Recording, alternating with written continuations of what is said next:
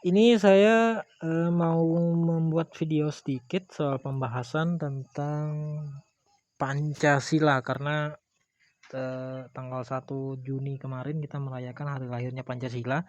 Namun kalau kita lihat eh,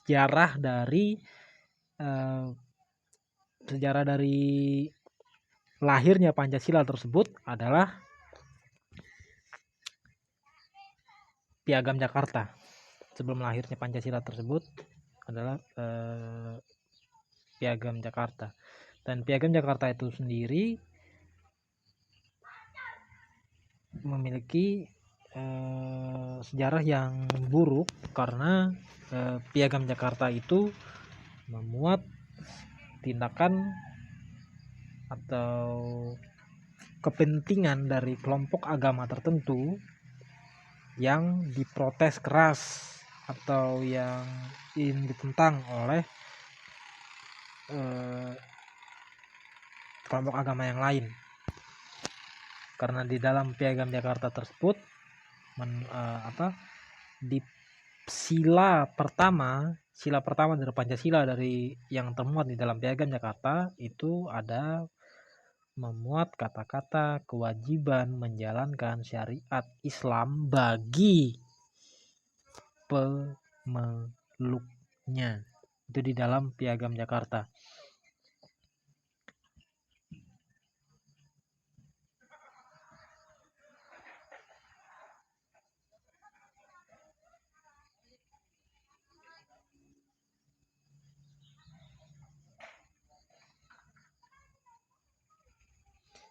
Modernists and traditionalists pushed the concept of an Islamic state with some success. Soekarno sought compromise, so-called Jakarta Charter, Piagam Jakarta, which identified belief in God with the obligation for Muslims to implement Islamic law, hukum syariah, as one of the 5 basic principles of the state. Non-Muslim groups accept this compromise reluctantly, but a day after Indonesia declared its independence on 17 August 1945, Protestants and Catholics who were dissatisfied with Jakarta Charter threatened that they would form their own state in eastern Indonesia if these Islamic principles became part of the 1945 Constitution. Jadi usaha untuk membentuk negara Islam di Indonesia,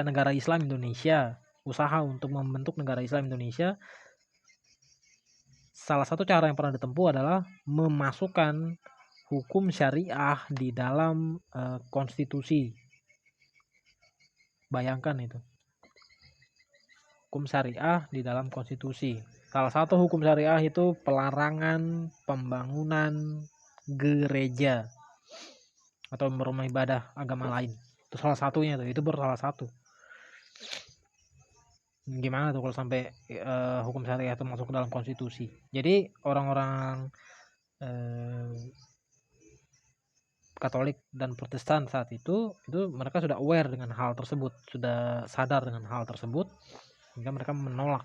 Lebih baik kami mendirikan negara Kristen di sebelah timur Indonesia daripada kami bersatu dengan Indonesia, bersatu dengan kalian, tetapi tunduk di bawah hukum syariah. Bayangkan, karena begini, kalau pemimpin negara itu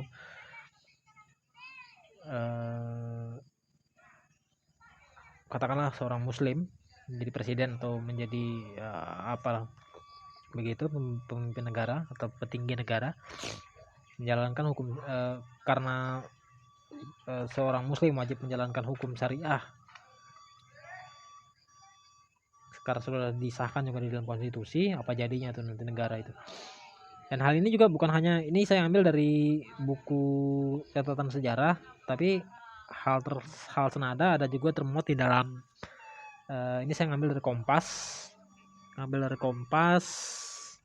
ini terbitan edisi tahun 2022 22 Juni 2022. Di sini ada Jakarta Charter-nya, ini judul artikelnya, headline-nya bisa dibaca sendiri nanti kalau teman-teman mau mencari. Nah, jadi di sini pun di sini ada dikatakan bahwa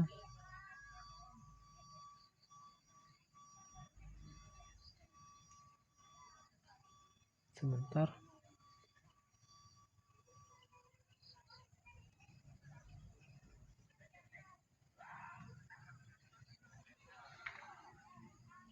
Nah, ini isi piagam Jakarta. Ketuhanan, nah nih saya angkat.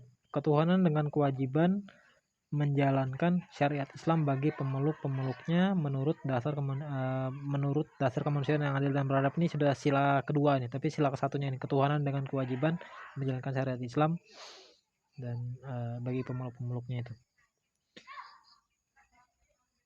Nah, ini catatan sejarahnya. Muhammad Hatta, Bapak Wakil Presiden yang pertama, didatangi oleh perwakilan dari rakyat Indonesia bagian timur, menyampaikan bahwa ada beberapa wakil Protestan dan Katolik merasa keberatan dengan salah satu kalimat dalam piagam Jakarta yang di dalam sila pertama ini. Kemudian Muhammad Hatta mengajak beberapa tokoh, Kiai Haji apa nih yang ini, melaksanakan rapat sebelum sidang PPKI dimulai. Hasilnya mereka sepakat untuk menghilangkan kalimat yang dipermasalahkan dengan menggantinya ketuhanan yang Maha Esa saja. Dan tadi saya sudah katakan sebelumnya bahwa itu adalah usaha untuk pembentukan negara Islam sebetulnya. Makanya memasukkan hukum syariah ke dalam konstitusi. Jadi lahirnya Pancasila itu ada upaya pelurusan yang dilakukan oleh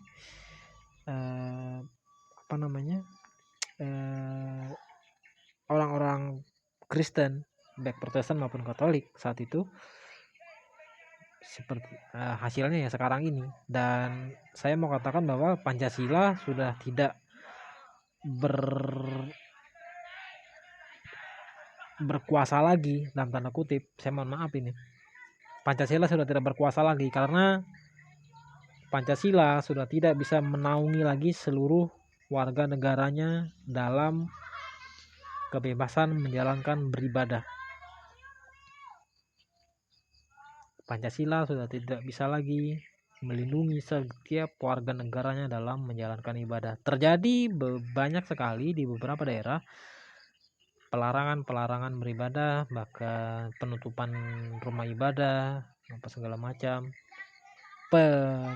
penyulitan penerbitan izin pembangunan rumah ibadah agama tertentu, kalau agama lain tidak, dan selain sebagainya macam. Maka tadi saya katakan bahwa Pancasila sudah tidak berkuasa lagi seperti dulu. Karena itu mungkin kata-kata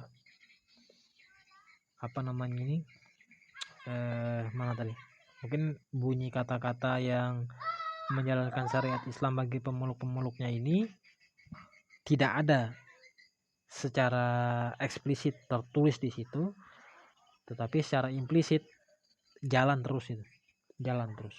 Makanya jadi karu-karuan Pancasila sekarang negara ini seperti itu. Oke, mungkin itu aja dulu dari saya, singkat aja sebagai kata-kata sambutan lah atau apalah untuk perayaan hari lahir Pancasila. Semoga ini bermanfaat dalam mempelajari kilas balik sejarah dan apa yang terjadi sekarang. Oke, saya akhiri. Selamat sore.